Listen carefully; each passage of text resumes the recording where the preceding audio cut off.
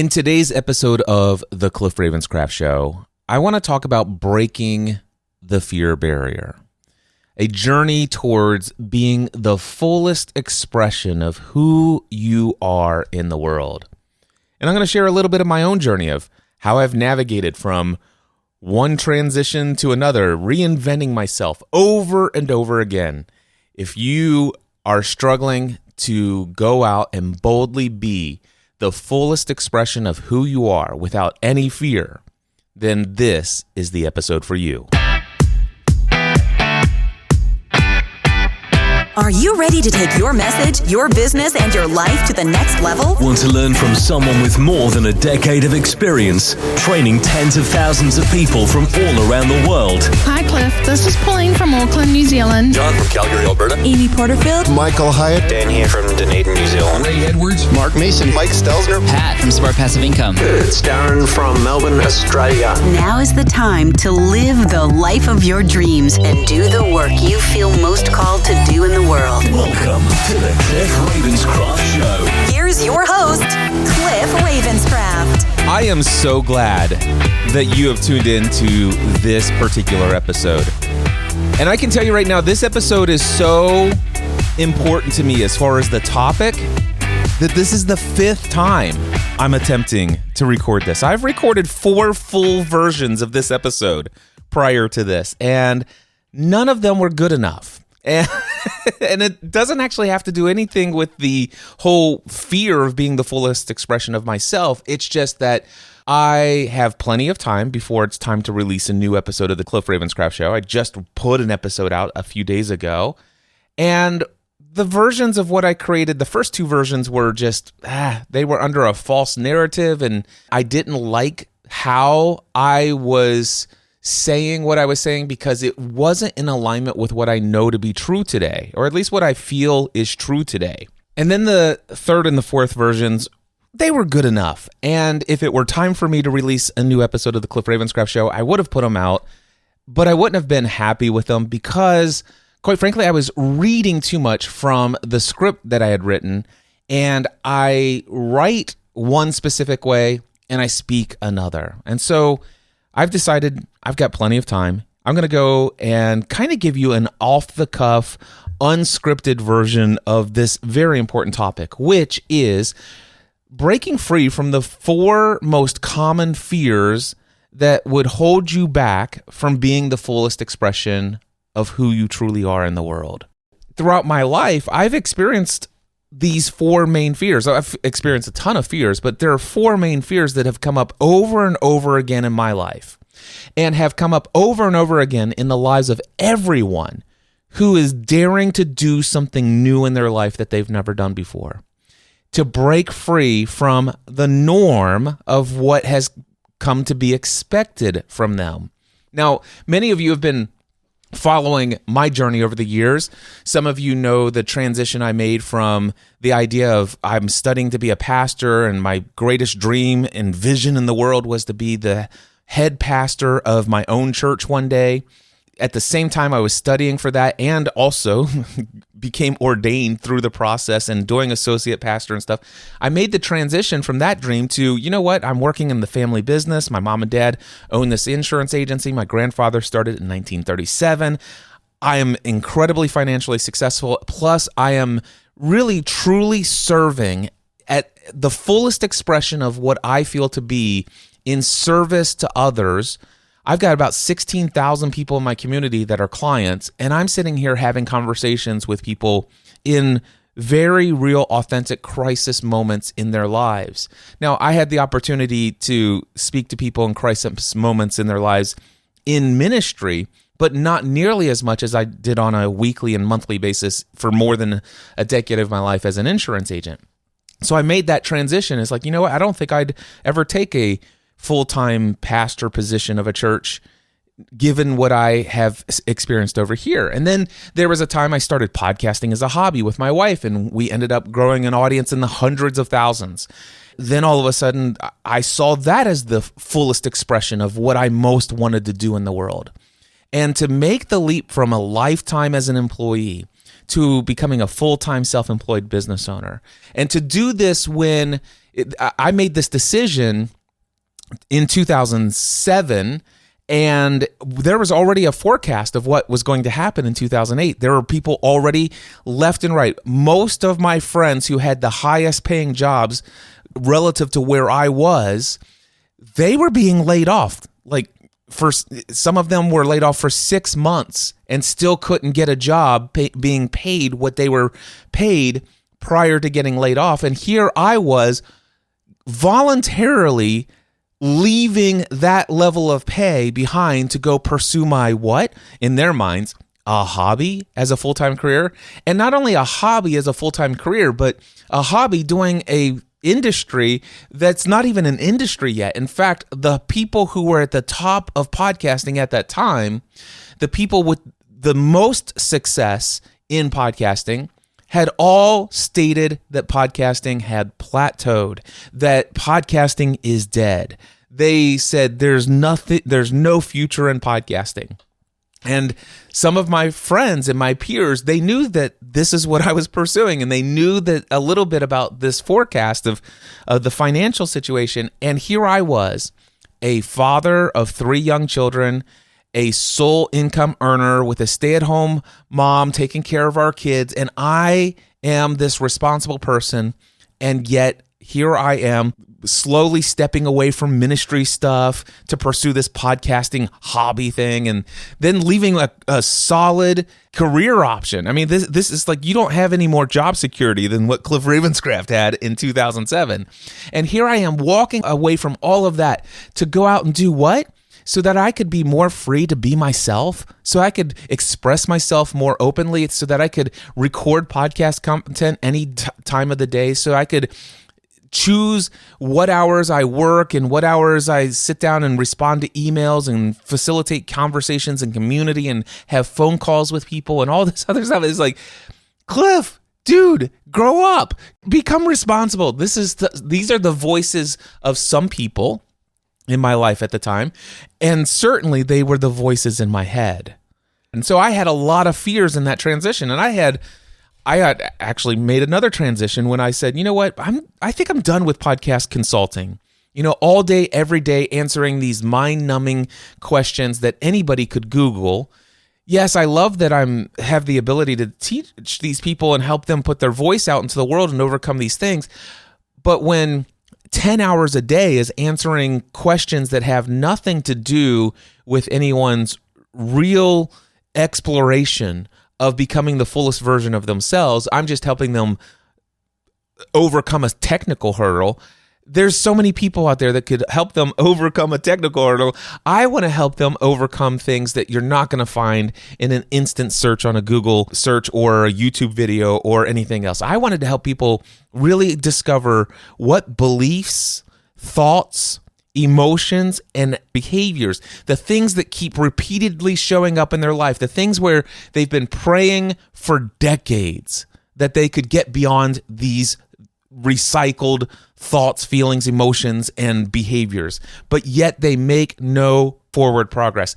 These are the things that I most felt called to do in the world. And so fast forward a decade into building my business as the podcast Answer Man, at one point making well over $500,000 one year. In fact, within one 12-month period of time, made over $750,000.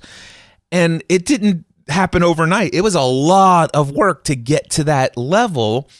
And then I made a decision back in 2015 that I think I'm done with this. There is a fuller expression of who I am in this world. This stuff that I'm doing over here is a distraction from that.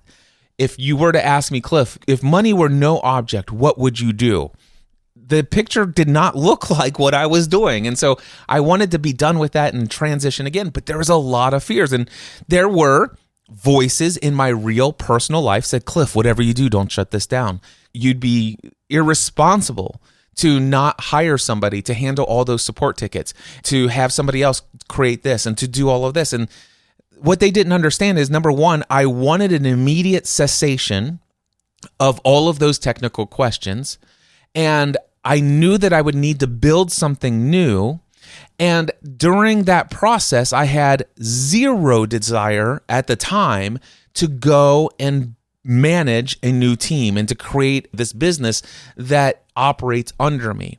I said to myself and I said to them, listen, I understand this. It makes sense. This would be what's considered to be the responsible thing to do. And I could be wrong, but I would say that is certainly a possibility for me right here, right now.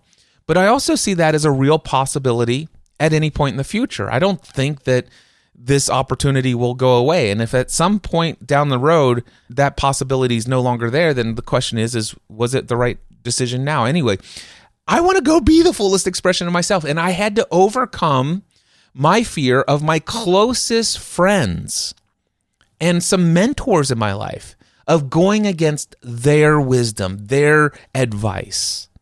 What do you do when you recognize that what you're doing with your life today is not working to allow you to feel that you are the fullest expression of who you want to be in the world today? Well, I'm going to share with you the 4 most common fears I have personally dealt with and that I've watched thousands of other people struggle with as well. The first fear is the fear of judgment. Worrying about what other people will think about us and the work that we are doing. Have you ever faced the fear of rejection? The concern that if we reveal our true selves or go out and step out and do the things that we want to do that are outside of the accepted norm from those who surround us, those who love us or say they love us, would we be rejected by them? Fear of failure is the third fear. Putting horror pictures into my mind and then watching these horror films over and over again. What do I mean by that? I mean, in my imagination, I am creating moving images in my head of all the things that could go wrong. All of the ways that this might be disastrous for me. And if I were to experience any of these failures, these are the things that could go wrong, and these are the bad things that I could experience. So creating those horror pictures and watching them over and over and over again every time I took one more step out the door of the norm, out into the world of the unknown to go be the fullest expression of who I am, where there's no person on the planet who has ever been the fullest expression of who I am. So there's nobody that I can turn to show me how to be the fullest version of me. Anyway, fear of failure. The fourth fear, the fear of not being good enough. I'm too new at this. When I think about what it is that I'm going to go do, I'm inspired by so many people who have done this thing before. And quite frankly, if I'm inspired by them, they've been doing it for years. They have so much more experience. They're so much more qualified. Why would anyone want to hire me or buy from me or follow me or listen to me? Why would people care about me doing this thing if I'm so new at this, when they could just go to the person who originally inspired me? I don't have enough experience. What I'm doing here, I just don't know enough. I haven't put as many hours. I've just not done as much as other people who are already available. And quite frankly, they were more than enough to inspire me. Why would anybody care about me? Have you ever felt any of these fears? When it comes to the first 2 fears, fear of judgment and fear of rejection, these 2 things are so tied together for me. I want to remind you of a book that we talked about many episodes ago. I had my friend Ray Edwards on, and we were talking about the 4 agreements. If you haven't listened to that episode, my dear friend Ray Edwards and I spent almost 2 hours together talking about unlocking the power of the 4 agreements, a game changer for life and business. That's episode number 697 in the archives of this podcast. So go back into the episode archives and listen to episode 697. It is a powerhouse of an episode. Now, with that being said, I want to bring back to the discussion here for this topic of breaking the fear barrier, specifically breaking free from the fear of judgment and rejection. And I want to remind you of the chapter of the 4 agreements titled The Dream of the Planet. Now, I'm not going to read the entire chapter for you of The Dream of the Planet, although it is relatively short, but I want to read to you 5 statements that will summarize this chapter in whole if you've never read it before. Now, regardless of whether or not you've read it before, if you've read it before and it's been more than a year since you've read it, go read the 4 agreements again. If this topic of breaking the fear barrier and the idea of being the fullest expression of who you are in the world today, if you're still struggling with any fears that's holding you back from just publishing what it is you want to share with the world, or creating whatever product or service and putting yourself out there, sending that next email. These are all fears that even I today sometimes will struggle with moving forward, and I'm going to explain why. In the 4 agreements, Don Miguel Ruiz opens up his book with a chapter titled The Dream of the Planet, and he explains that the dream of the planet refers to the shared beliefs, myths, agreements, and opinions that make up our human societies and cultures. This collective dream governs how we think and act. We are born into this dream of the planet and taught from a very young age how to live, how to think, how to feel, how to behave according to its rules, concepts, and agreements. Our personal family, school, religion, and society shape how we perceive reality based on this shared dream. Adults teach children how to dream according to societal norms by hooking their attention and imprinting rules, language, and belief systems onto them through repetition and by rewarding and punishing certain behaviors. This process of domestication trains humans to live according to the dream of the planet. The dream of the planet can be likened to a fog or a smoke that clouds our ability to see ourselves and the world clearly. It keeps us trapped in fear, suffering, judgments, and lies that we accept as truth. The shared dream reinforces the idea that it is normal to live in fear, worry, sadness, and scarcity. The first step to personal freedom is to realize that the dream of the planet is just a dream and not necessarily the truth. We must become aware that we have been domesticated and that most of the beliefs that we hold are not even our own. If you've not read the 4 agreements in the last 12 months, go read it again. If you've never read this book, go read it for the first time within the next 7 days. It will radically transform how you see the world. When we get into these fears, the 4 fears again, let me just share: fear of judgment, fear of rejection, fear of failure, fear of not being good enough. Now, I have overcome these fears over and over again, but there's always some new evolution of understanding of who I am. Some people have invited me, thousands of people have invited me to be a guest on their podcast, and one of the things that they like to talk about is, Cliff, this idea of reinventing yourself. It's like you have had more transitions, being known from one thing to another, more than most anybody that I know. And so I want to talk to you about reinventing yourself, rebranding yourself, and just recreating yourself from scratch. Through all of these interviews, one of the things that finally became aware of is the fact that, in essence, I'm the same little 7 or 8 year old boy that I remember being a kid. I remember the dreams that I had then. I remember the things that I loved to do as a hobby back then. I remember the conversations I had with people.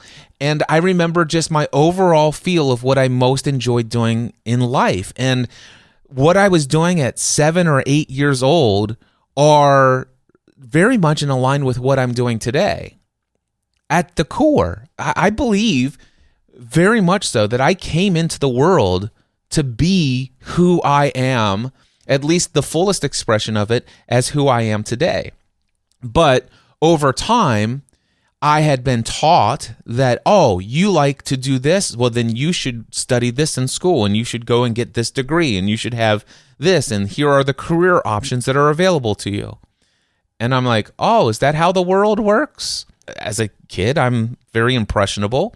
And so I trusted those that I loved in my life and that I respected. And I was taught to trust and respect these people. And so I would go down those paths, and I'd get very far and very invested in the way other people told me this is how you show up as a responsible person in our society. And then later in life, I said, hey, I'm very much feeling like this pull in my heart. I'm hearing the voice of God. And when I'm having conversations, these are the kinds of things that are happening.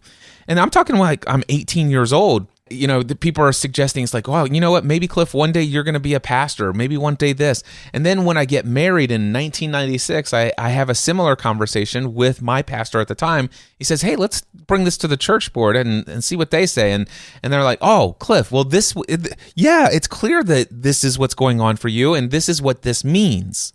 I was very impressionable yet still. And as a result of those impressions, they said, that means that you should become an elder within our church, and this is how you do that. We're going to send you to school and pay for you at Nazarene Bible College and all these other things, and do this for 2 years. You get your local minister's license, and I just followed all of the steps that they told me, and that's how I consistently found myself navigating through life. And you know, then also in 1996, mom and dad owning an insurance agency, they took it over from my grandfather, who started it in 1937. They're like, Cliff, we see that you're out here, you know, studying this ministry stuff. You've got this customer service job at a call center for catalog orders for Staples. It's like, you're married now. You have all of these computer skills that you've had since you were a kid. Why don't you come work for us in the family business? This will be and they didn't say these words, but in essence, here's a respectable, responsible job for somebody who's just getting married. And so, do you see how impressionable I am? And so the people that I knew, that I loved, that I respected highly, I let them get glimpses of who I am. And of course, they saw versions of that, and they said, oh, here's the box in society and culture that fits in. And by the way, get into this box and be taught and trained by people who will tell you how to succeed in this box. And by the way, when you get into this training and all this teaching, here are the things that you are going to have to believe. These are the things that must be agreed to. Now, for the ministry side of the things, you need to agree that John Wesley is this and John Calvin is this. I know that you've been heavily positively influenced by people who teach from the perspective of John Calvin in the past, but you must stop listening to them. They are heretics. We only do this. Do you agree with that? And I'm like, what do I do with that other than agree? I either agree and get what you told me, what I feel, what I've been convinced God has called me to, or I disagree. And if I disagree, my studies are over, I don't get approved, and I don't get to do this thing that you say that God is calling me to do. So, in essence, all of these things, and this is not just in spiritual life, but just professional life, in marriage and fathering and parenting and all this other stuff and relationships with other people, I had just consistently allowed myself to navigate through life by people who I thought were more successful than me, only to discover later in life that they were successful in the eyes of society and culture and all these other things. But what I recognized behind the scenes is these people did not have the same level of peace that I felt called to have in my life. They didn't have persistent joy. They didn't have unconditional love that I so desired to experience and express. There was a scarcity mindset in the mindset of most everyone I ever met.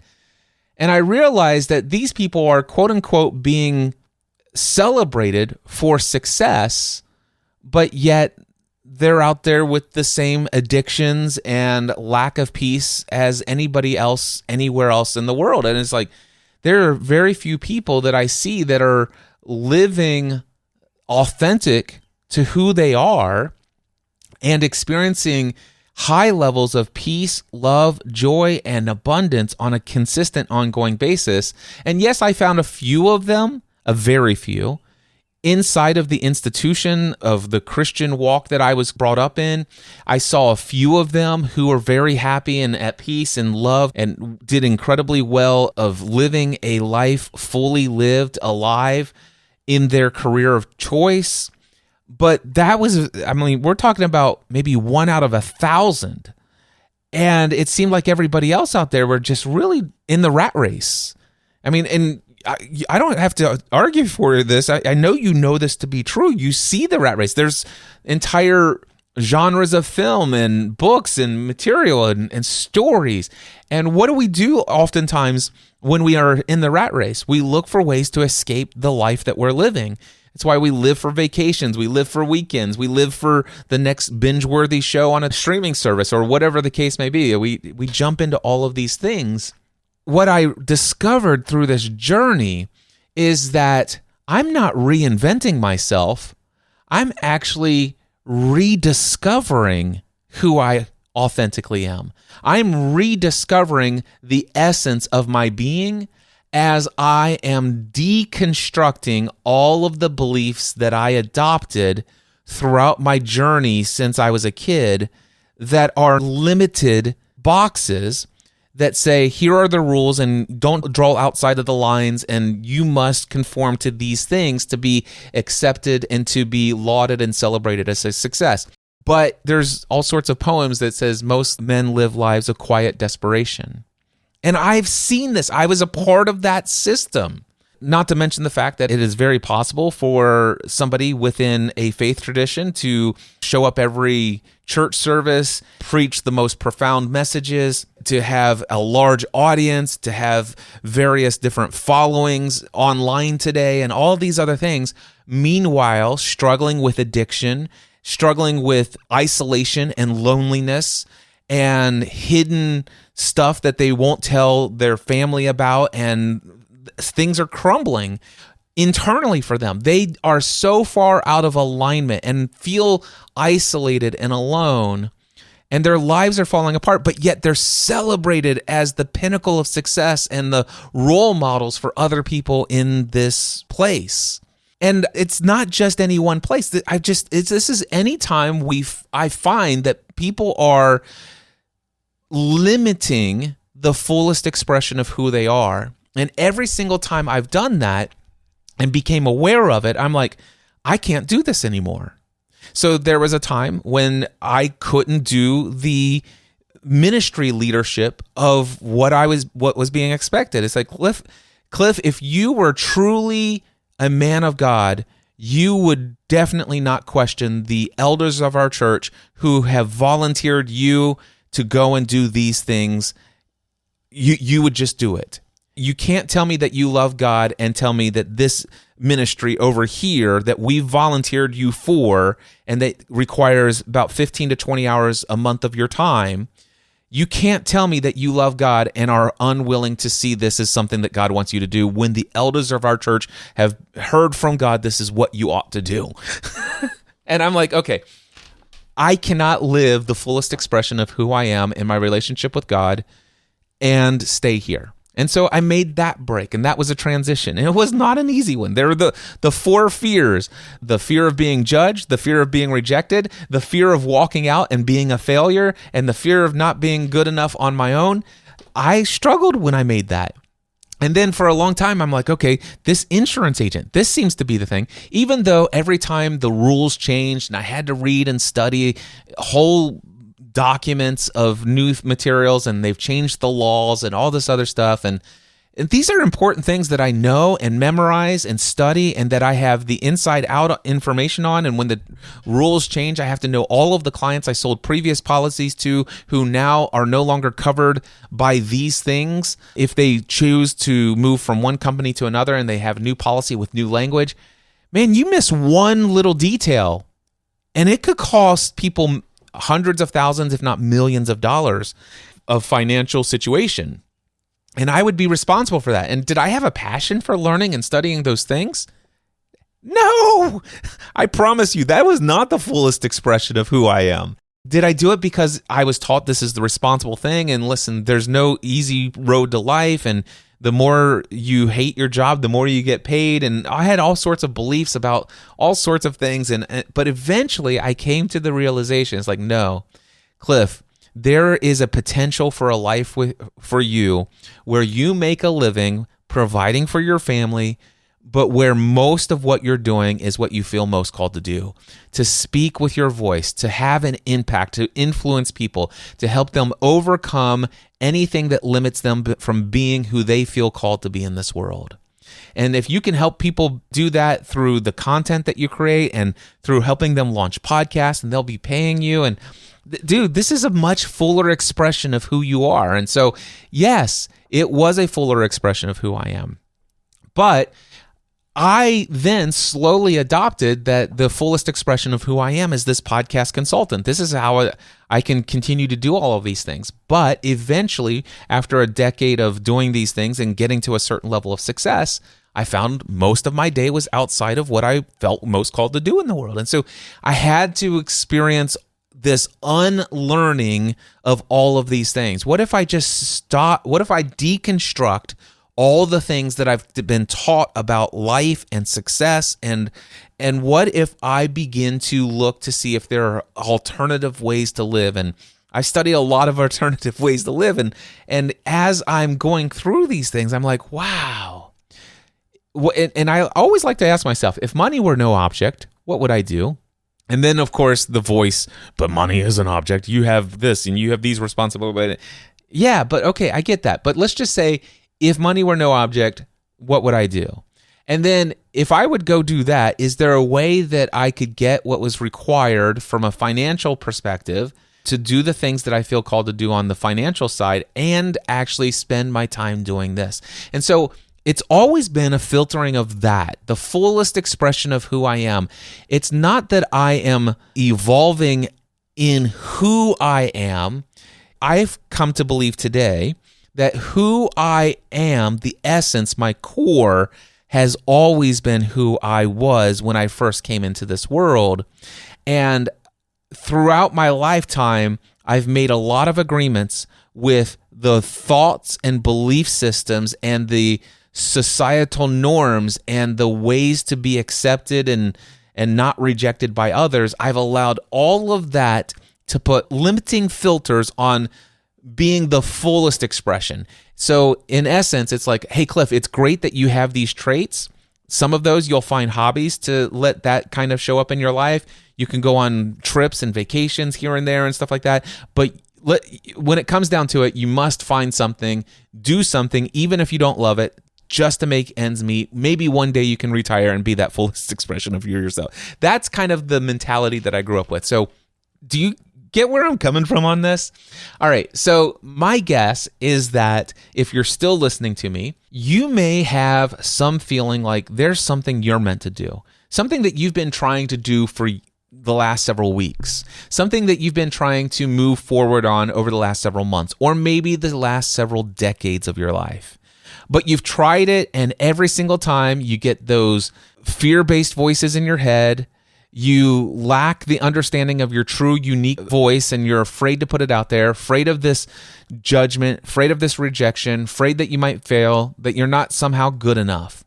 Well, what's helped me every time I've deconstructed my beliefs about what is there to limit me, and when I get a little bit more clarity about what the fullest expression of being my true, authentic self would be, and what that work would look like, and what how I would show up in conversations and in social situations, how would I think, feel, act, and behave, and or act and behave is the same thing. All of these things. What would the fullest expression of me be? Once I've discovered that, then the fears show up because that's outside of the norm. Stay away from that, Cliff. Here's all of the warnings. What has helped me over the years? I will tell you 4 main things have helped me get through the fear barrier. Number 1, mentoring. Number 2, coaching. Number 3, mastermind groups. And number 4, journaling. Here in this episode, I'm going to give you some journaling prompts that could help you break the fear barrier. The first thing that I'm going to recommend that you do is make a list of all of the fears that you are currently experiencing. My guess is that at some level you do have some sort of fear of judgment, fear of rejection, fear of failure, and fear of not being good enough. I'd be shocked if you didn't have at least 2 of the 4, if not all 4, when it comes to you being the fullest expression of what you want to go out and do today. But you may have other fears as well. So make a list of all of the fears. Write them down. The next thing I would do is I would encourage you to journal once a day, every day for the next however many days of fears that you have. Let's just say you have 4 fears. So the 4 fears that I've mentioned. And if you have 4 fears, I would encourage you to journal once a day, every day for the next 4 days. Give yourself between 1 to 3 hours for this journaling. And yes, I'm being very serious. This is not hyperbole. 1 to 3 hours for this journaling process, because I'm going to give you 6 questions for you to have as journal prompts for each of those 4 days. Here are the 6 questions. Question number 1, what is the fear that you are experiencing? So choose one of the fears off of your list. Number 2, what are the root causes of this fear? Ask yourself, what would I have to believe? What voices am I hearing in my head? What thoughts go through my mind? What emotions am I feeling? Where did I hear this from before? What is the root cause of this? Bullet point out as much as you can possibly come up with. Your subconscious mind is going to do all of this work. Don't worry. If you give yourself enough time and you do this with sincerity, you will find your subconscious mind will give you all sorts of answers that weren't consciously available to you prior to doing this exercise. This is why journaling is so valuable. The next one is, what are the costs of letting this fear win? Make a list of that. Imagine you give into this fear and you never go out and do this thing you feel you want to do. What are the costs of not being the fullest expression of who you are? Number 4, what mindset shifts would be required to move beyond this fear? Now, in a little bit, I'll give you some examples of some answers that might come up for these things. But for right now, write these questions out. What mindset shifts would be required for me to actually move beyond this fear? Question number 5, what tips and strategies can I employ if this fear continues to pop up? So, for example, the next time this voice in my head or this emotional state pops up when I go to take another action step towards being the fullest expression of myself, what tips or strategies can I employ? I'm going to give you a list of those in a little bit, but for right now, just write the question down. And then question number 6, what are the benefits of moving forward and being the fullest expression of who I am in the world today? Imagine the picture that you have succeeded and you are doing that thing with no limits. You have made it. You are the fullest expression of who you are. What would life look like? Build a picture and a dream and an image of that. And let those kind of things work and be what you focus on as you think about and all these other things. But we're getting into the strategies and tips on how to employ that you can employ as these fears come back up. Now, again, you're going to ask those 6 questions, and I'm going to put those 6 questions in the show notes. So just wherever you're listening to this podcast episode, look for the show notes. Those 6 questions will be there so that you can see them and copy them into your whatever notes you're taking. Now, as you go through your journaling, you may find that some of these will be the starter point for your own answers to these journaling questions. So what I did is I went through some of my journaling. I asked myself, what are the root causes for my fear of judgment? Here's a bullet point list of things that I came up with. First and foremost, go back to where I read that summary of the dream of the planet. So for me, it was societal conditioning that pressures me to fit in, to follow societal norms, and also to not stand out. In fact, if you've never done this before, I encourage you to just pause right now and go and do a Google search for tall poppy syndrome, and then read the Wikipedia article on tall poppy syndrome.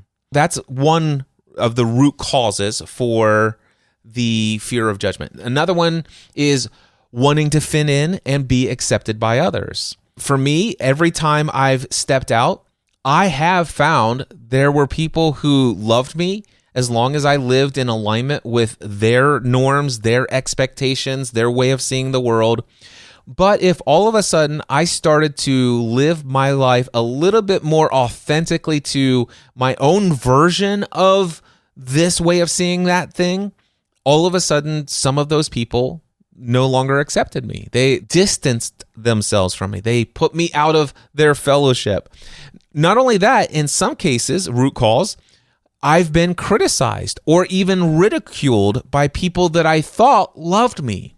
There have been times where my work was judged very harshly. Cliff, why would you even consider doing this thing?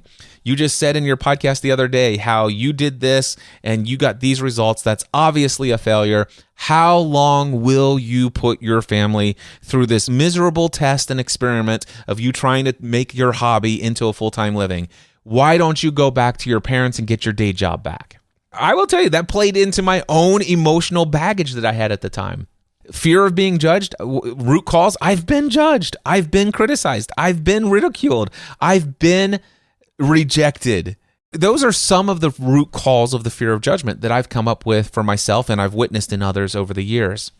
Now, as far as fear of rejection, a lot of it mimics some of the fear of judgment, but fear of rejection could be rooted in childhood experiences of conditional love or approval. For example, I grew up in an evangelical, fundamentalist, Christian, Protestant upbringing when it came to not necessarily what my mom and dad were bringing me up in, but that was through my peer group and friend group. And I always went to church as a kid because I had that desire. But on the weekends and during sunbursts and stuff like that, most of my experience was in this Protestant upbringing. But for 7 years of my life, I attended Catholic school. And in second grade, everyone in Catholic school had their first communion, which meant that every Friday when we went to Mass, which since first grade, I went to Mass every Friday in Catholic school for the first 7 years of grade school. And in second grade, I was no longer the same as everyone else. I was actually the kid who was not allowed to take communion. I was the kid who wasn't allowed to go with the class one by one and go into the confessional and get sins forgiven. Because of that, I ended up being bullied. I was not just rejected, but once I stood out and I was a little bit different than them, why isn't Cliff with us? And there's all sorts of just weird things that kids do. And it was a pretty difficult time, quite frankly. I was being shamed. I was bullied. I was rejected by these kids. And these were the kids I most wanted to be in relationship with. You could just come up with a list. I'm sure that you'll know of many times in the past where you've been rejected or dismissed when you've put yourself out there. Anything that comes up in your journaling, just write those things down. What are the root causes of this? Then, fear of failure. What are the root causes? Perhaps you have an issue with perfectionism, setting up unrealistically high expectations for yourself. Now, I could argue that I don't experience perfectionism, but yet here I am the 5th time through this podcast episode. Now, I will say that I don't think it's perfectionism that's caused me to record this a 5th time. As I stated, the first 2 times I recorded this episode, each time I'm like, that just doesn't feel right. Not that it's not good enough. It just doesn't feel right. What is this? And I had to go and journal and meditate and pray. I've had 2 or 3 conversations with close friends, had a conversation with my wife to kind of get at and figure out what's going on here. Why don't I like what I recorded? I know, because I'm still operating with the fear that this will happen. And I still believe these people will respond that way. And I'm like, oh, wow. Well, what would this episode look like if I didn't operate under that fear at all? And then I had a picture of what it would look like. And then I recorded it 2 more times. And each time it was still too rehearsed. I was still trying to script out too much. And it would have been good enough. And even this episode here is not perfect, but this episode, I can already tell you, you're going to hear this version of this podcast because I had plenty of time. I just released the prior episode as I'm recording this just like 2 days ago. And now I'm here recording this episode. I'm like, yeah, I could still record this 2 more times over the next 2 days, and I'd still be in time for another weekly installment if I were shooting for weekly installments, which I've never committed to since 2020. But anyway, you get the idea. So perfectionism. Have you set yourself unrealistically high expectations for yourself? And this is not that for me. I don't deal with perfectionism. In fact, I'm more than happy to throw something out there, have it look ugly, and polish it over time. And it's one of the things that's helped me really experience a lot of success where a lot of people struggle is it's like, this isn't just not good enough. Maybe you've had an issue with harsh self-criticism and negative self-talk when you make mistakes. So maybe it stemmed from you made a small little mistake when you were a child, and maybe your mom or your dad or a loved one or some other authority figure really criticized you. Say, how could you do that? I can't believe you would make that mistake. How many times do I have to tell you? And maybe you've carried that trait on into your adulthood. Maybe there are past failures that weren't handled in a healthy way, in a learning-oriented way. Now, for me, I did adopt harsh self-criticism, but not when it comes to grades. I adopted the harsh self-criticism and negative self-talk when it came to the punishment system of going against the moral code and beliefs and doctrines of the evangelical Protestant fundamentalist church. That's where my criticism and negative self-talk came from. And it was the biggest thing where the fear of failure had pretty high stakes. So that was for me, that was the root cause. Maybe you've had childhood experiences where love and approval was conditional and it was based upon your high performance. Maybe there's fear of embarrassment or shame or being seen as incapable. It's like you'll lose all your credibility if you fail publicly. Let me tell you something. I've had these fears in the past. I've thankfully moved beyond them. And you know what? There have been a number of things that I've done that have succeeded. And so many people see me and idolize a lot of the things that I do. And they're like, Cliff, if I could ever be like you one day, this, and I can't believe how you have successfully done this and this and this. And they list off all of my successes. But you know what they don't list off is all of the failures that I've made and the public failures that I've done. And let me tell you, I've had a number of them. But I think it's ironic today. By the way, are there people who absolutely said, oh, Cliff has definitely proven, what is that thing? Don't meet your mentors, they'll only let you down. Or whatever that statement is. There are some people who have this perfection idea and these idealized versions of you. And it is very possible that if you go out and publicly try something and you state, this is what I'm going to create, and then you don't live it out, in some people's minds, you have lost your ability to influence them. And maybe that's what you're afraid of, because you can find evidence in your history to support all of these fears. Some of these things will happen, probably not to the same outcomes that you might be imagining those horror pictures in your head, but some of these fears likely could and will come true. But there are all sorts of other things to think through. That's why those other questions are there. What's the cost of... There's certainly a cost with being the fullest expression of yourself. And in some cases, and in some parts in our history, and in some places in the country or the world today, you could actually be put to death by being the fullest expression of who you are. We're not saying there's no basis. It's just, what are the root causes of these fears? And then fear of not being good enough. Maybe you have low self-esteem and lack of self-confidence. Maybe you're linking your self-worth too tightly to achievement. Maybe you have negative self-talk and that inner critic that is focusing on your flaws rather than the progress that you've moved forward on and how you've grown and the things that you've done and accomplished and the impact and influence you've had in the positive direction. Maybe you've had childhood conditioning that you're not good enough from parents, teachers, peers, religious leaders, whatever. imposter syndrome. Maybe you feel like you're a failure, that somehow if you move forward, people are going to find out that you're a fraud.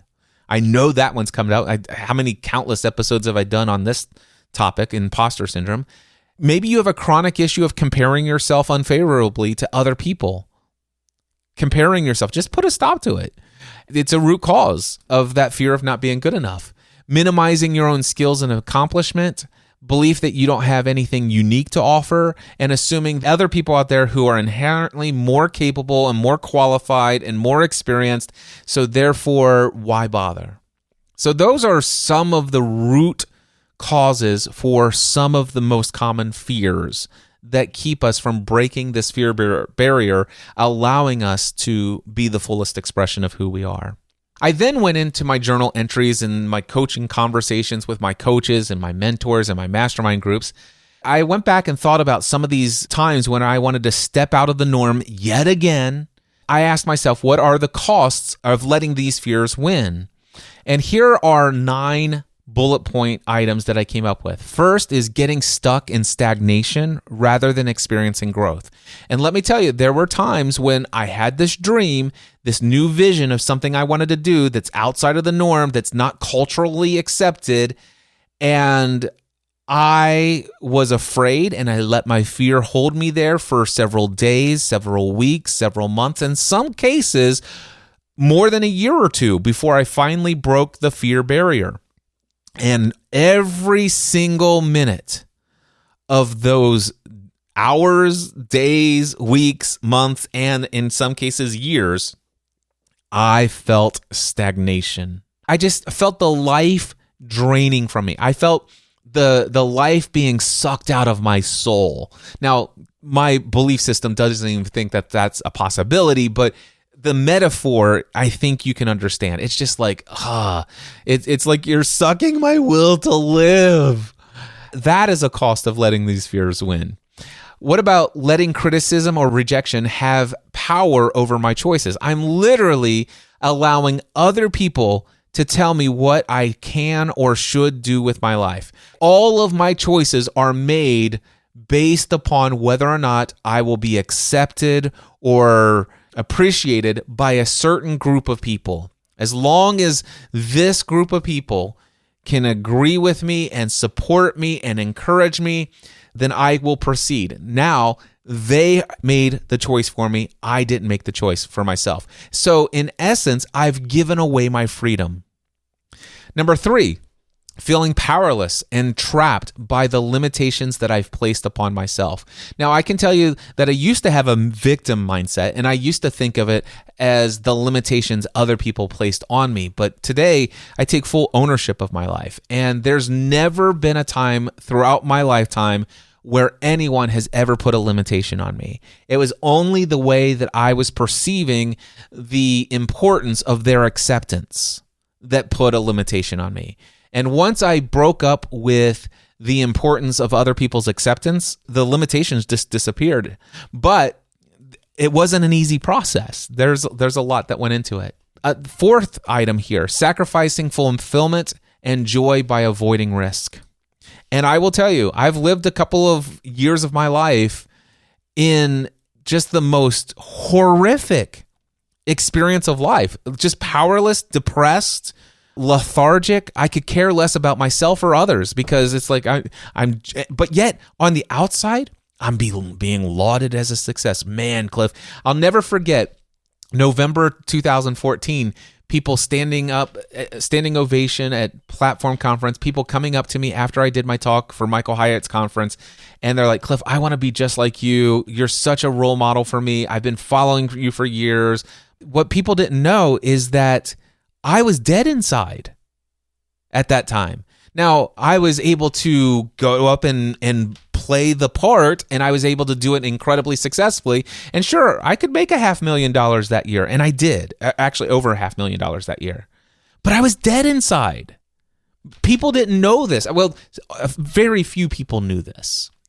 But that's another cost that was associated with letting those fears win. There is diminished sense of purpose and vitality, and I was just playing small in life. Another one was that I was holding myself back from sharing my gifts and talents with the world. That was, for me, what was killing me inside is that, wow, I have this ability to have a single conversation with somebody and literally transform the way they see the world. It's not that I'm changing their life, but they change their life because I simply asked them a question to help them break free from the hypnotic way of seeing the world that is based upon everyone else's way of seeing the world.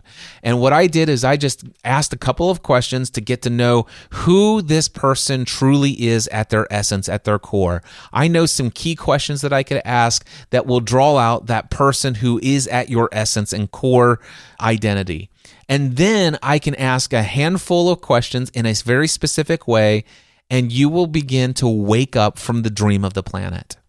This is my unique gift and talent in the world. And I'm sitting here spending all day, every day, answering your question about your buzzing noise in the background and why you published an episode 15 minutes ago and it's not in iTunes, but it is in Stitcher Radio.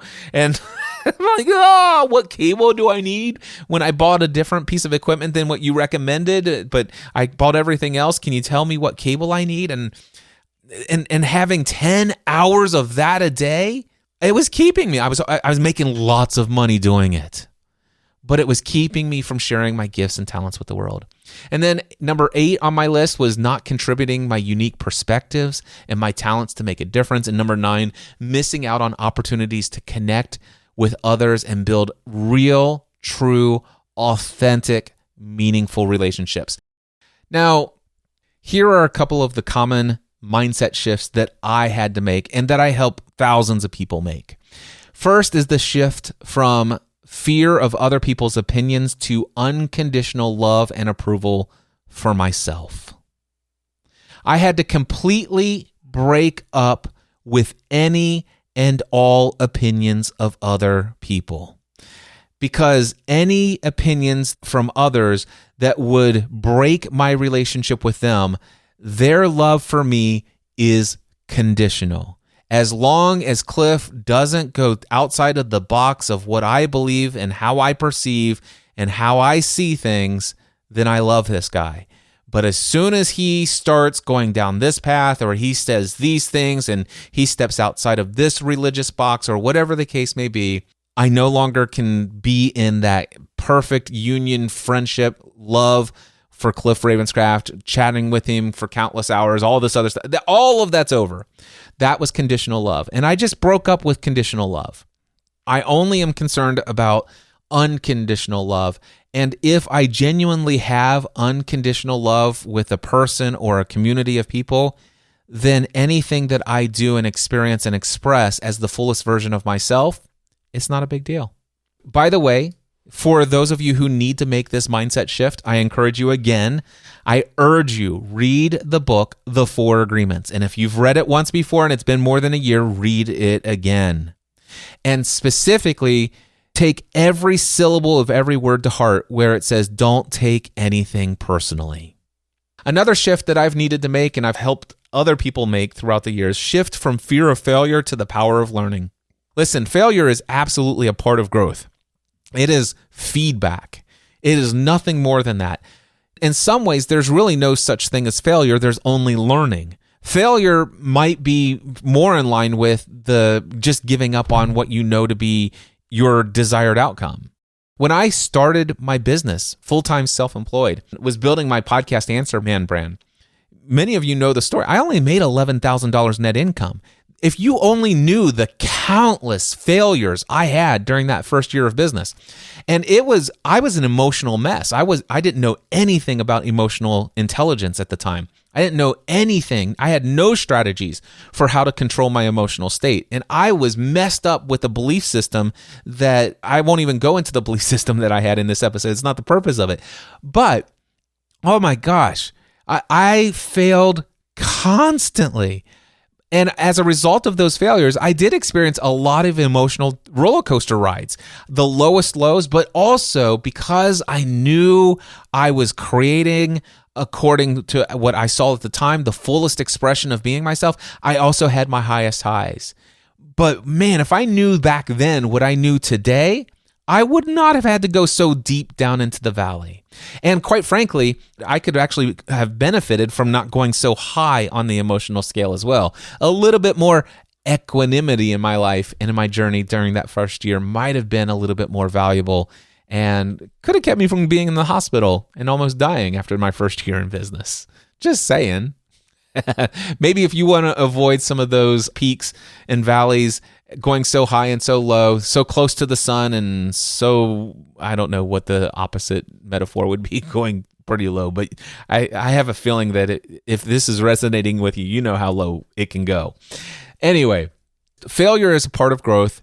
View it as feedback. That is the first shift that I needed to make there on failure.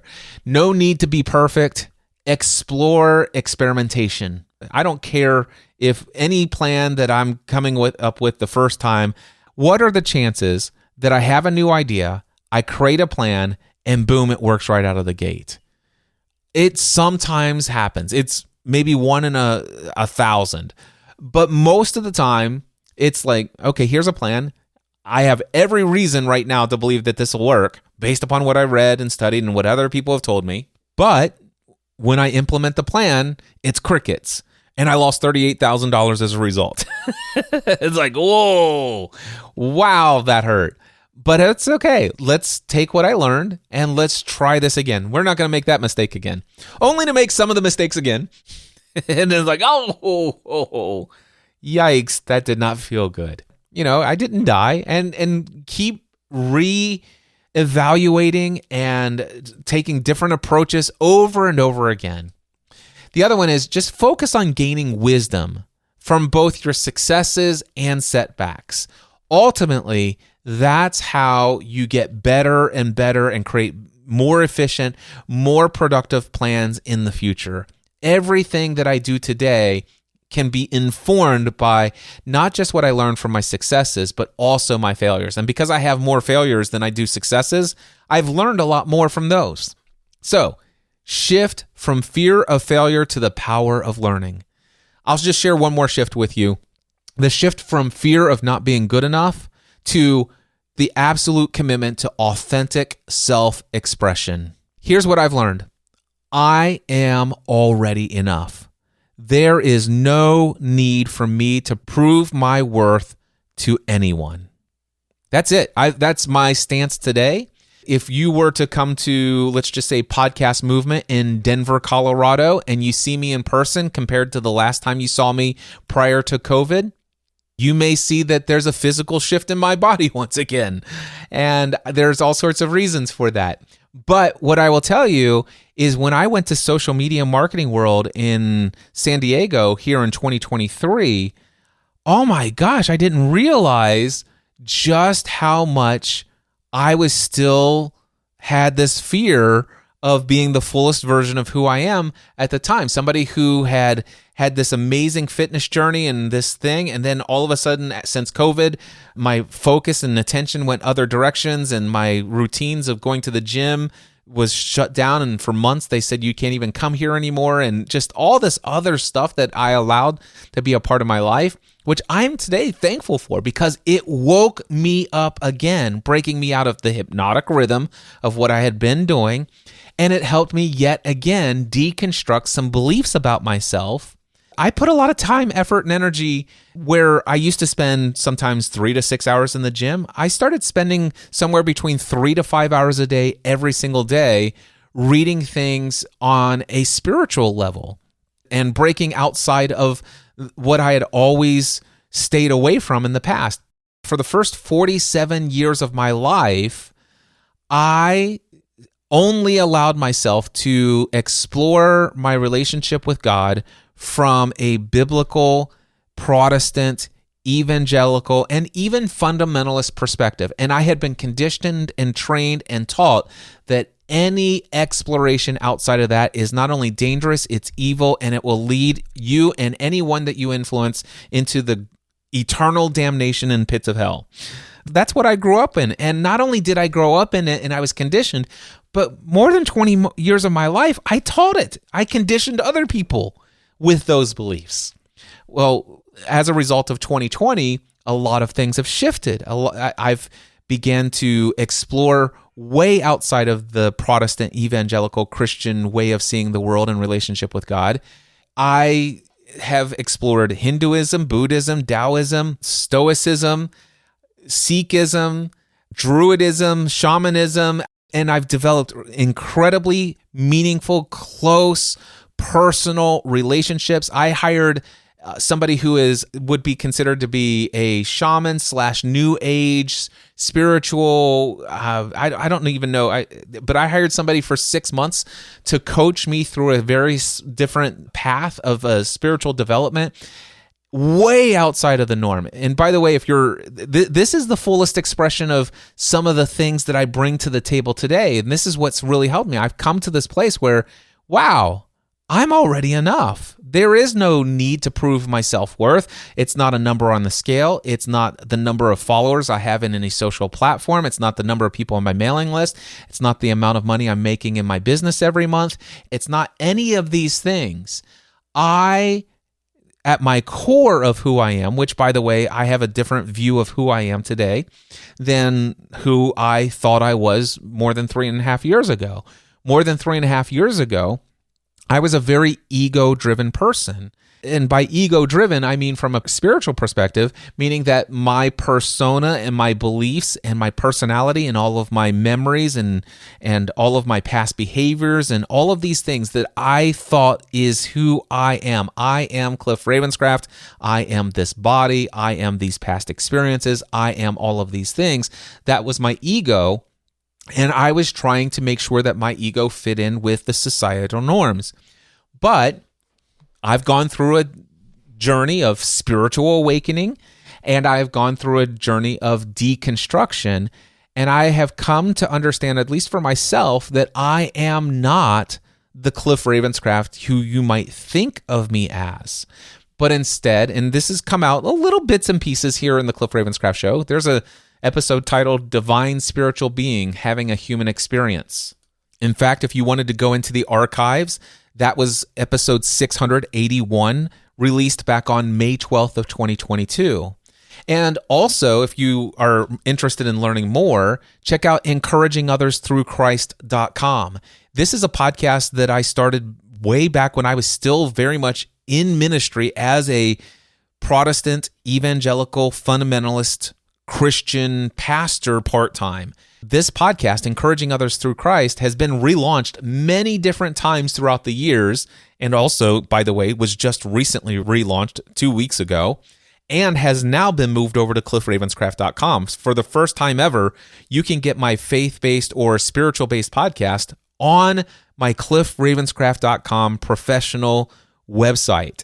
Before that, it was kind of hidden because I still had not broken through the fear barrier of the way things have shifted and changed. If you want, just go over to encouragingothersthroughchrist.com and click and read the entire description of that podcast if you want to see what I'm talking about. But I'm not going to bring all the spiritual stuff here in this show, the Cliff Ravenscraft Show. I'm going to continue to put all my spiritual awakening and deconstruction and some of the other explorations that I'm having way out in the wildest nether regions of explorations of God and all that other stuff.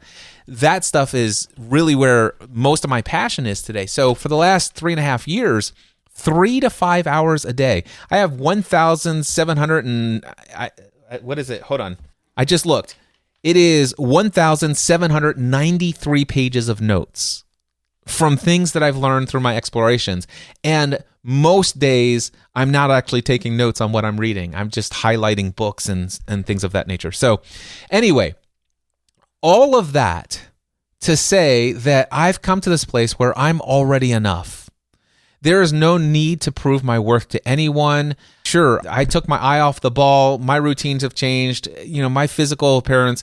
But when I went to social media marketing world, I was like, oh man, what are people going to think about me? And I'm like, whoa, I thought we took care of that. I thought we're okay with this. I thought this was, but yet it brought it up. It triggered those fears again. What would people think? So, the thing is like, does this mean I've lost my credibility? I've went out and taught people how to have physical fitness changes. Thousands of people have lost over 100 pounds as a result of this. All of these things. People are coming to me today, still ask me, Cliff, how do I lose over 100 pounds like you did? And it's like, well, just so you know where I'm at today, but I can tell you how I did it, and I can tell you what will absolutely work and stuff like that. But yet here I am, somebody who is, once again over 200 pounds, is like, but come hang out with me in Denver and see if you notice any apprehension about it then. Because I was so thankful. For the first time since COVID, I went to social media marketing world, and I had to deal with that. It's the first time in public at this conference where these people who knew how much of a big deal I made about that. And let me tell you, one of the things that I learned was how I gave myself permission to feel good about myself and my own worthiness and my own credibility based upon a number of on a scale. And I needed to experience this to break up with that. Now, don't get me wrong. I'm not staying where I'm at right now, at least as far as I know. My sight is set on, more healthy, balanced look and getting back to those things, but not with the same reasons and emphasis, and not so that I'll be accepted. If people see me today compared to what I had experienced and what I had been teaching, and that was the only thing they were getting from working with me, and I lose my credibility in their sight, I'm okay with that. You know what? If I'm not good enough for them, that's okay. Here's the shift that I made. I made the shift from fear of not being good enough, not being seen as credible, not seen as a failure. No, I have made the shift from a goal of feeling good enough or being credible in the eyes of others. Instead, I made the shift from that to being the fullest expression of who I am. Without any worry about what anybody, I am already enough. The only validation that I'm truly seeking is my own and my connection with God. I had made a decision that I'm going to stop giving others the power to give me a reason to feel my true worth. The goal became freely expressing myself versus meeting any external standards. A number on the scale, an amount in the bank account, an income level on a monthly basis, the number of clients that I have, the number of subscribers that I have to my podcast, to my mailing list, the number of followers that I have, none of those today are on my mind because I've had these shifts. Now, I want to give you some tips and strategies that you can employ as fears continue to pop up, because if you have any level of ego, and I still have a significant level of ego, I don't always identify with it. My ego, I don't identify myself as this persona.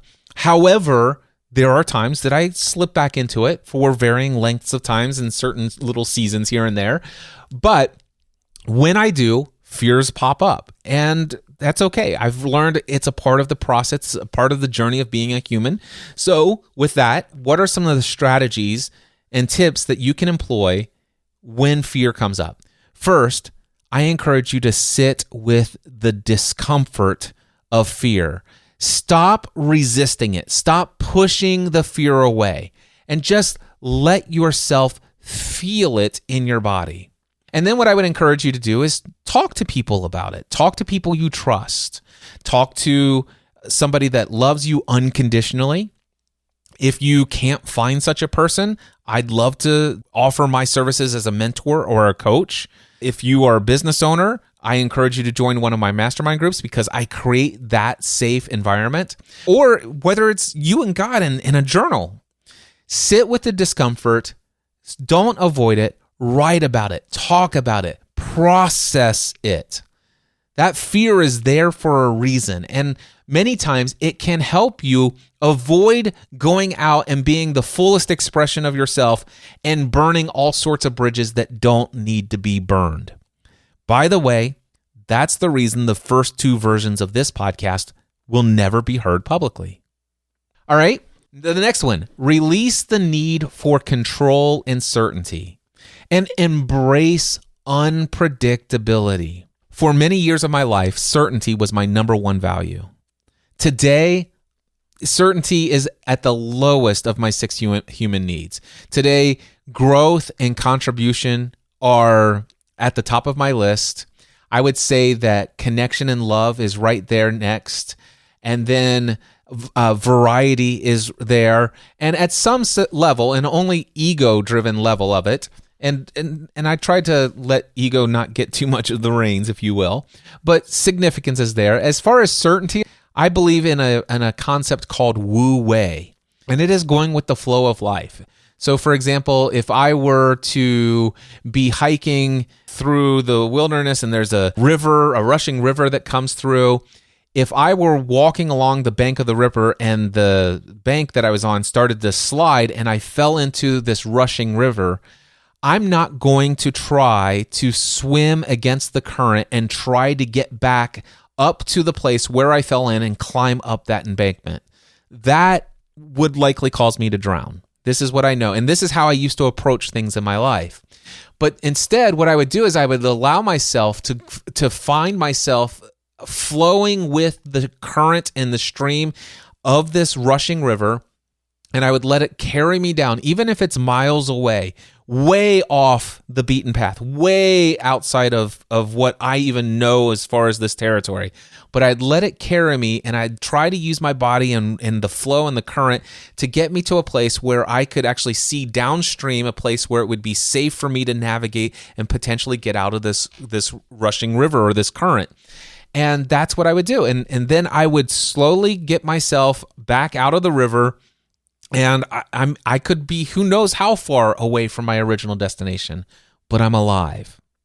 And then once I'm there, I'll assess, okay, this was unexpected, this was undesirable, and it's very inconvenient, but based upon where I am now, what do I want to do next? Where do I want to go? All right, I cannot do anything to go back and not fall in. I could not swim against that current to get where I was. This was unavoidable. So, what can I do from here? What does this make possible? It's wu-wei. The next thing that is a tip is reframing failure as an opportunity for growth and learning. We've talked about that in the mindset shift. Refuse to see failure as a lack of credibility or the proof to others that you're not credible and all these other baggage things. Work through these in your journal or with a coach or a mastermind group. The other thing is if you don't master any other skill in your life, you must master the skill of self-compassion. Talk to yourself the way you would the person that you love the most in life. In fact, I would encourage you to come to the place where, when it comes to on a human perspective, that the one person you love most is yourself. And even from my Christian upbringing, I still very much have a relationship with Jesus, and I still very much have a respect for so much of what the scriptures say, and especially this teaching from Jesus. He was asked, what is the greatest commandment? To love the Lord your God with all your heart, mind, soul, and strength, everything. And then he said, the second is equally as important, to love others as yourself. So cultivate the ability to have such love for yourself, such compassion for yourself, and only speak to others as you would speak to yourself. The only problem is a lot of people are experiencing, they're living out this. The thing is they say all sorts of critical, highly judgmental things to other people, but that's because they have the habit of doing this to themselves. And so cultivate self-compassion.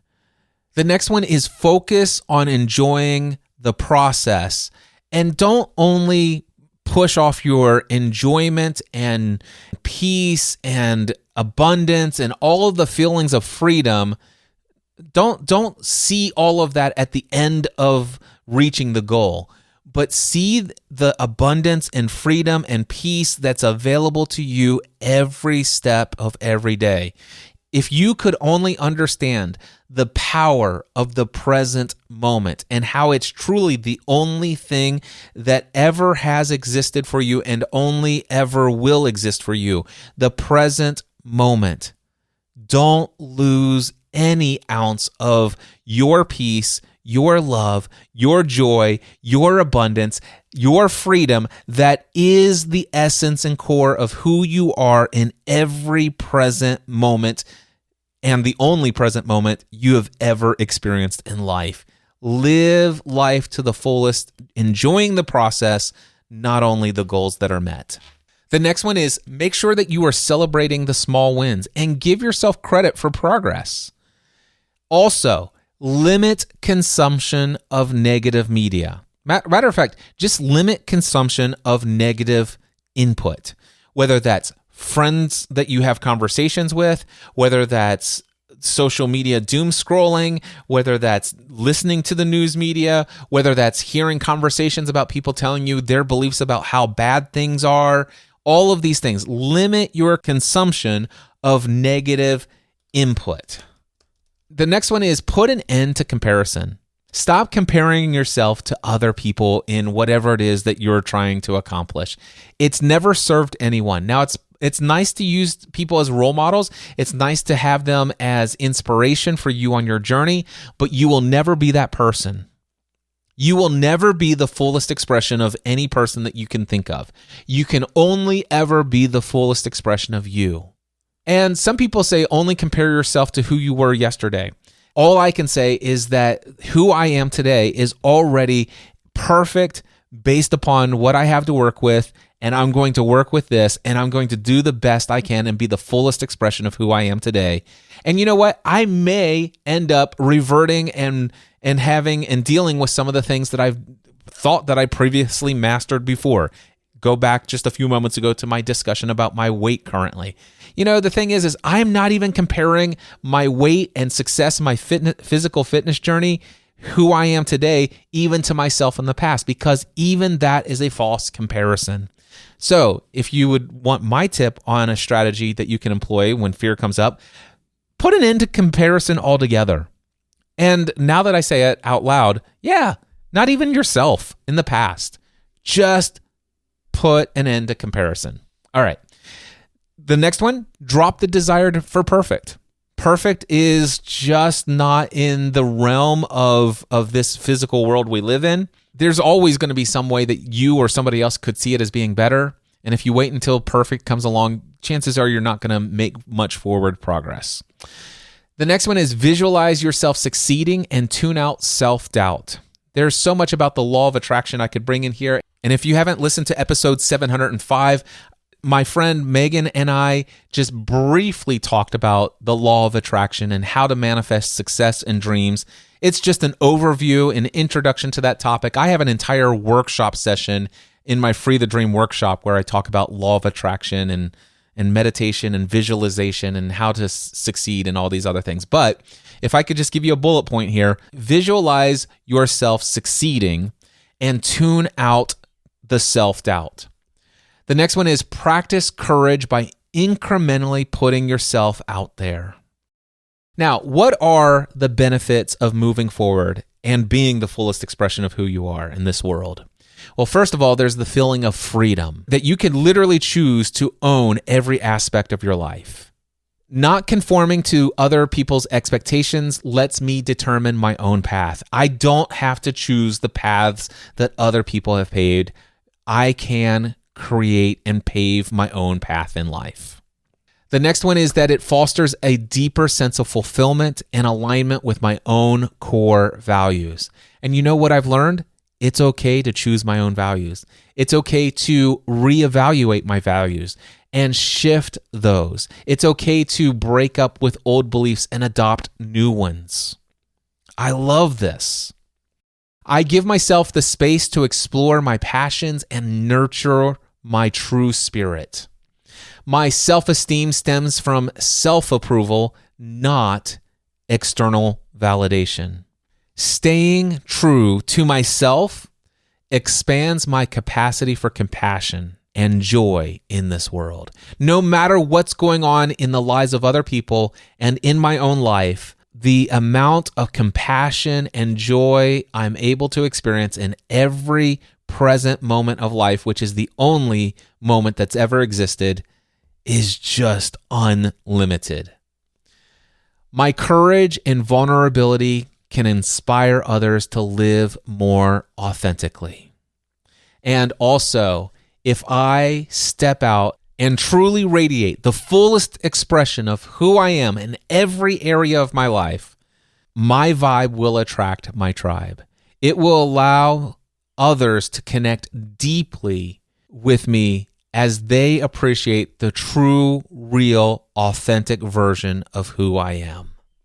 I hope that this episode has been valuable to you.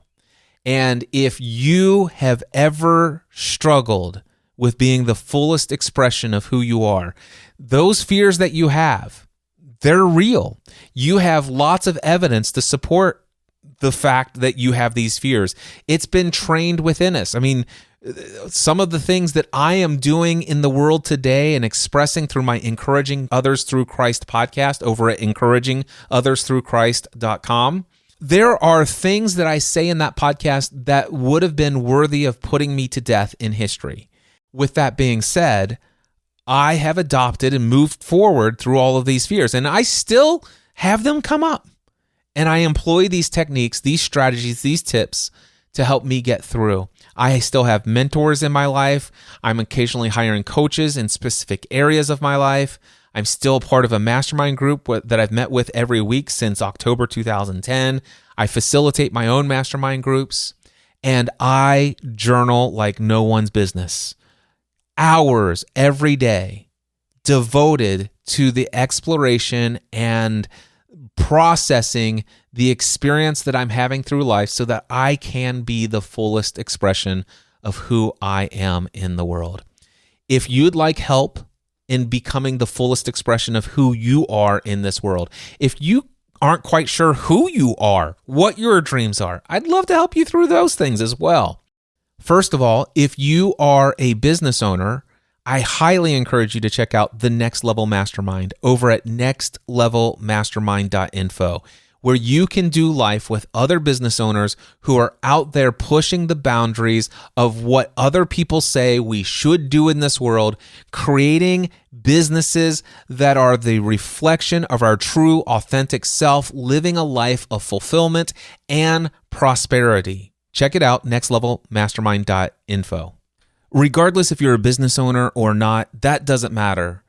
If what I've been sharing in this episode is resonating with you at some other level, follow that intuition, that voice within that says, I'd really love to connect with Cliff, and send me an email, cliff@cliffravenscraft.com. Send the email today. Don't put it off any longer. And say, Cliff, I'd love to connect with you around the idea of coaching on this topic of being the fullest expression of who I am. Reach out to me today. You may be surprised at how the stars, the universe, how God may just align everything perfect for you and I to work together in a coaching or mentoring relationship. Or if that's not possible for you, for whatever reason you think it's not possible, there are other ways that you can get involved in the kind of environments that I create that I don't charge anything for. But you won't know about those things unless you email me, cliff@cliffravenscraft.com. Whether you want to work with me in a coaching or mentoring capacity, or if you'd like to be notified of these opportunities, these environments where you can just show up and have access to me, that unconditional love, support, and encouragement. If you are resonating with the content that I put into the world, follow that voice and email me today, cliff@cliffravenscraft.com. I also want to tell you, if you are interested in a little bit more of what's going on the spiritual side of things, check out my brand new community that I've recently launched. It's called the Spiritual Awakening and Deconstruction Journey Community. You can sign up at awakening.cliffravenscraft.com. This is for people who are deconstructing a lot of their beliefs from their faith background and adopting what they truly authentically see as their true connection and potential union with God. So if that's interesting to you at all, awakening.cliffravenscraft.com. And I'm going to close this episode out with a testimonial from one of my dear friends and clients that I've been working with for years. Her name is Freya Casey, and she recently sent me this testimonial. And if it resonates with you, please reach out to me and work with me in some way. I just know for a fact that there are some of you who have been waiting to hear. It's like, wow, okay, I didn't know Cliff had all of this going on. And yes, I feel like Cliff's the person I should be working with. If this message is resonating with you, if what Freya says in this testimonial resonates with you, reach out to me within the next 7 days. I can't wait to hear from you. My name is Freya Casey. I'm a professional singer and vocal coach from Germany, and I just want to talk a little bit about my work with Cliff. I have known Cliff for several years. I was part of his Next Level Mastermind several years back when it first started. I had remained friends with him throughout the years and followed him and stayed in touch, gave him updates over the course of several years. Then I had a couple of complimentary sessions with him, one-on-one coaching sessions, and that already changed my life because I remember when I was in the mastermind group back then, I had this strong desire, and I know there were some tears. I remember that in one of the sessions when it was my hot seat, and I talked about something very personal, and I talked about it was a pain back then inside of me that had this void because I had such a strong desire to become a mom again. I already have an older daughter. She's 11 now, but I had such a strong desire, but I was single.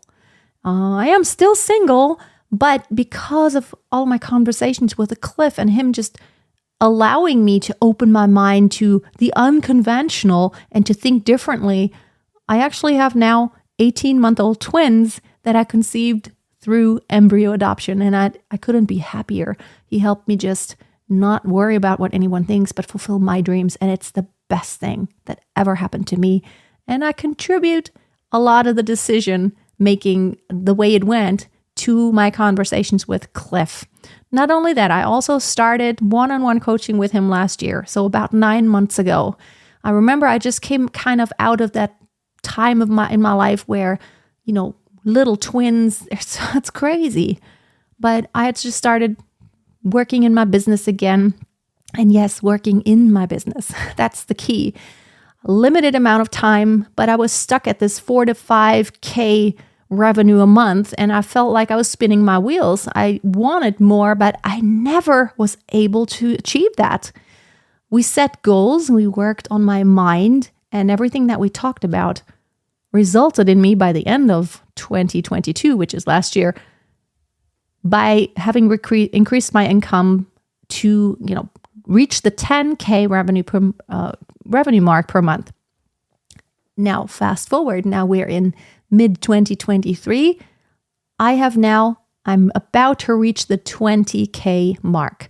My team supports me. I have a team that is amazing.